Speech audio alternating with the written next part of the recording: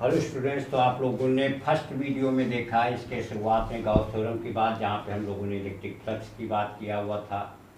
उसके बाद solid angle की बात किया हुआ था। गॉस थ्योरम क्या बात थी, क्या चीज़ थी, उसके प्रूफ की बात किया था। उसके बेस पे कूलॉम्स लॉ कैसे प्रूफ किया जाता उसकी बात हम लोगों ने की थी। हमने कहा था नेक्स्ट आगे की चीज़ हम लोग नेक्स्ट वीडियो में देखेंगे।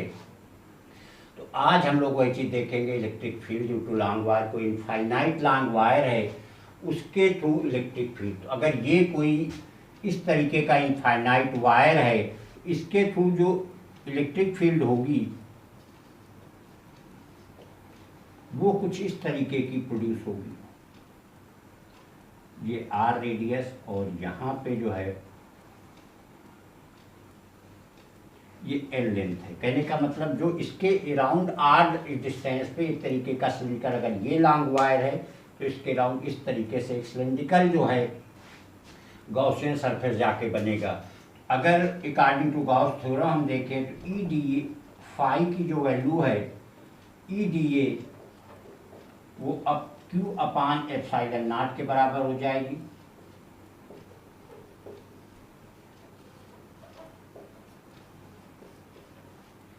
अब डीए का मतलब होता है total area of the Gaussian surface. तो ये हमारा, अगर एल लेंथ हम कंसीडर कर रहे हैं आर रेडियस पे, तो ये गॉसियन सरफेस हमारा 2 पाई आर एल के बराबर हो जाएगा क्यू अपान एप्सिलॉन नॉट। अगर इसको इधर ले आएंगे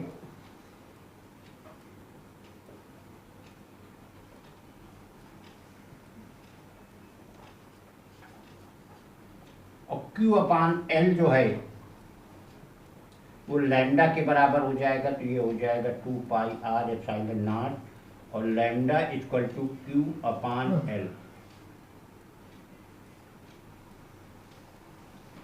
ये लैम्डा को बोलते हैं लीनियर चार्ज डेंसिटी।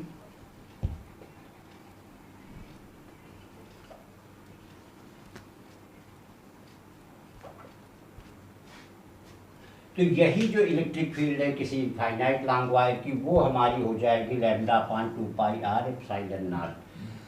तो बेसिकली क्या होता है, जिस तरीके से ये हमने पहले वीडियो में बताया था, किस तरीके से गॉस थ्योरम का डिफरेंट सरफेस होंगे उनको कैलकुलेट करने के लिए यूज करेंगे। तो ये phi equal to surface integral overall value E D A q upon epsilon naught. D A हमारा 2 पाई आर एल, मतलब जो हमारा कर्व सरफेस एरिया आपका, जो ये गॉसियन सरफेस हमारा सिलिंड्रिकल शेप का बन रहा है, 2 पाई आर एल इधर क्यू अपान एल को हमने लैम्डा में ट्रांसफर कर दिया। तो ये वैल्यू हो जाएगी टोटल इलेक्ट्रिक फील्ड की। कहने का मतलब जो हमारा long state infinite long state wire है, इससे आर मीटर की दूरी पे जो इलेक्ट्रिक फील्ड बनेगी उसकी value lambda upon 2 pi R L epsilon naught के बराबर हो जाएगी। अब स्टूडेंट्स एक इनफाइनाइट प्लेन शीट की बात करेंगे। प्लेन शीट मतलब इस तरीके से कुछ होगी।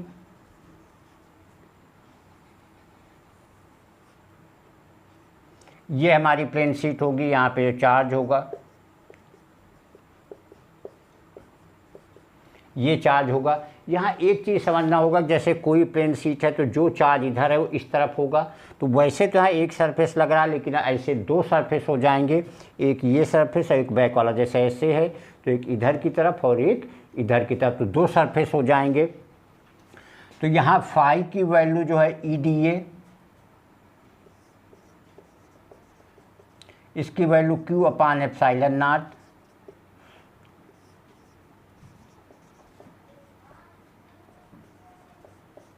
अब अगर इसके एरिया को ए मान लें तो यही हो जाएगा ये,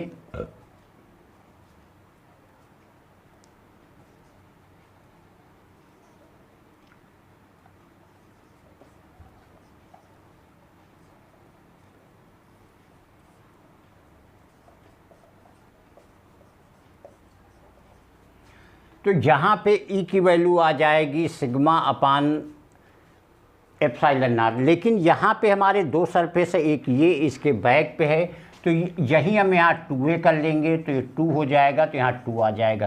कहने का मतलब किसी प्लेन शीट के थ्रू अगर उसके क्लोज हम चेक करेंगे तो इलेक्ट्रिक फील्ड है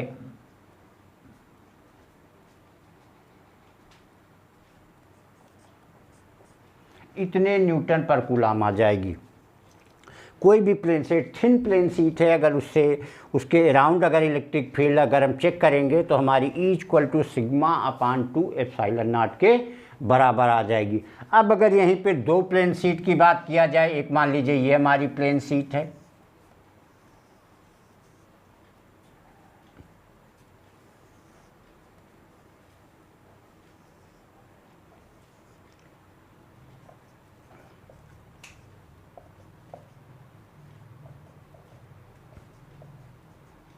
इस तरीके से। अब देखिए यहाँ पे क्योंकि पॉजिटिव चार्ज है हमेशा आउटवर्ड होगी, तो अगर इसके बीच में देखें, मान लीजिए इसके थ्रू ई है, इसके थ्रू ई है, दोनों का डायरेक्शन अपोजिट होगा, तो नेट ई की वैल्यू 0 के बराबर हो जाएगी।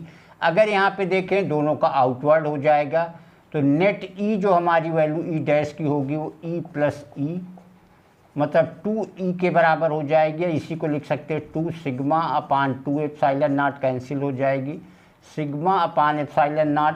और वैसे ही अगर यहाँ पे देखेंगे, चाहे इसे पॉइंट ए कर लीजिए, इसे बी कर लीजिए, इसे सी कर लीजिए, यहाँ भी ई डैश की वैल्यू जो है ई प्लस ई।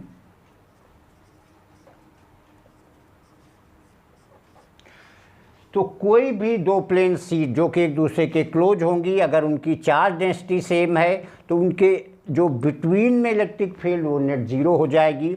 लेफ्ट साइड में 2e मतलब सिग्मा अपान एप्सिलॉन नॉट, और राइट साइड में सिग्मा अपान एप्सिलॉन नॉट के बराबर आ जाएगी। बट अगर दोनों की चार्ज डेंसिटी डिफरेंट है,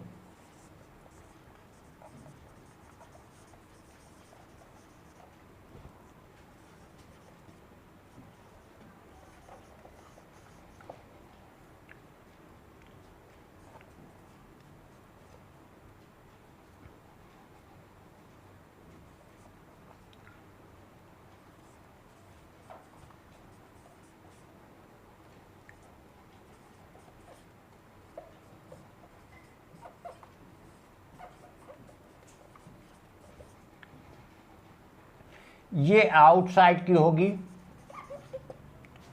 और यहीं पे ई डैश की वैल्यू 1 अपान 2 एप्सिलॉन नॉट ये इनसाइड की होगी।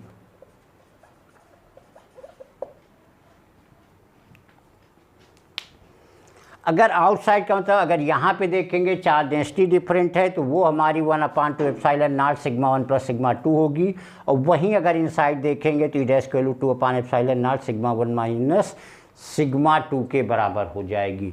तो इस तरीके से चार्ज डेंसिटी पहले हम लोगों ने इनफाइनाइट प्लेन शीट के लिए देखा, अब यहाँ इनफाइनाइट, पहले इनफाइनाइट लॉन्ग वायर के लिए देखा, यहाँ इनफाइनाइट प्लेन शीट के लिए।